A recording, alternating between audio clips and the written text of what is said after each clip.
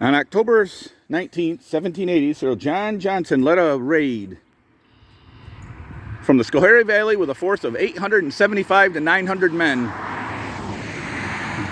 They started up the Schoharie Valley south, worked their way up from the upper fort to the middle fort to the lower fort, which the lower fort near Cobleskill, New York now, Schoharie, known as Old Stone Fort, is still there today. They started in that area, worked their way up to the Fort Hunter, then headed west, headed this direction.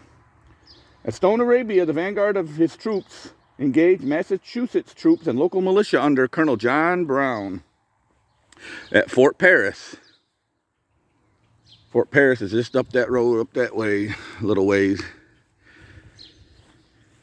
Brown and 40 men were killed. Brown himself was killed, shot off a horse and killed, and he's buried right out in that cemetery out in back there. And the prosperous settlement in this area of Stone Arabia was set afire. The British continued burning farms, crops, and mills all the way to St. Johnsville, that direction, west of Fort Clark. When they got to Fort Clark, the area there, they engaged again with American militia in an inconclusive battle that ended at sunset. The raiders, Sir William Johnson's son, John Johnson, Joseph Brant and his men escaped at night and back up to Canada. So this church was not here at the time. The original church was burned. And then they rebuilt another church, and this is the church here. So it says Colonel John Brown and other Revolutionary soldiers are buried west of this church on the other side of the church. This marker was erected by Fort Rensselaer chapter of the DAR, Canajoharie, New York in 1915. So we're going to take a walk around here. This is the eastern side of the church.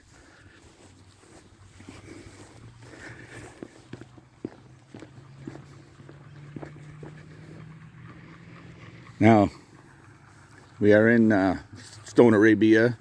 It's not a town, it's a town. It's not a village, there's no city. It's just an area called Stone Arabia. And there's a lot of Amish people in this area.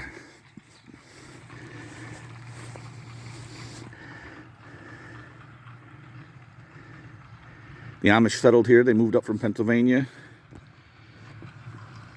and Ohio. And this is such a fertile area that they moved here, and they have a lot of farms in this area, beautiful farmland.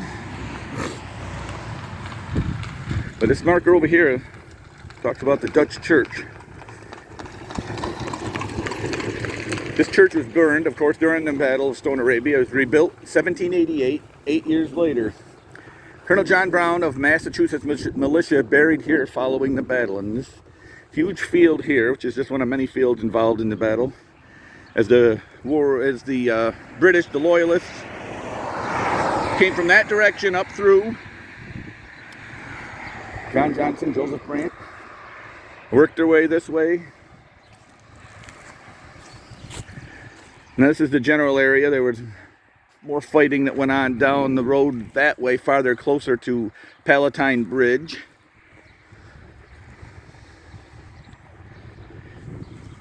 A lot of fighting went here. They were going to work their way as far west as they could. And like I said earlier, they got to Fort Clark. They were stifled there and kind of an inconclusive battle. But that ended that particular raid in October of 1780.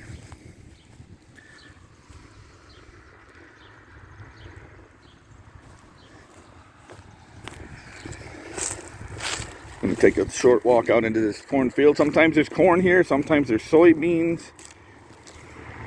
But it's fun to imagine, and as you stand in the midst of this field in this area, very sobering to think of this as a battlefield at one time when many men fought for their beliefs, for their country, for their land. And there's a good shot of this is the north side of Stone Arabia Church. It's 1788 on the top up there. This is rebuilt 1788. So huge field just north of Stone Arabia, north of Palatine Bridge. This is Stone Arabia. Cornfield right now. There's the cemetery out there, and that iron gate you can see from here possibly is where Colonel John Brown of the Massachusetts Militia is buried.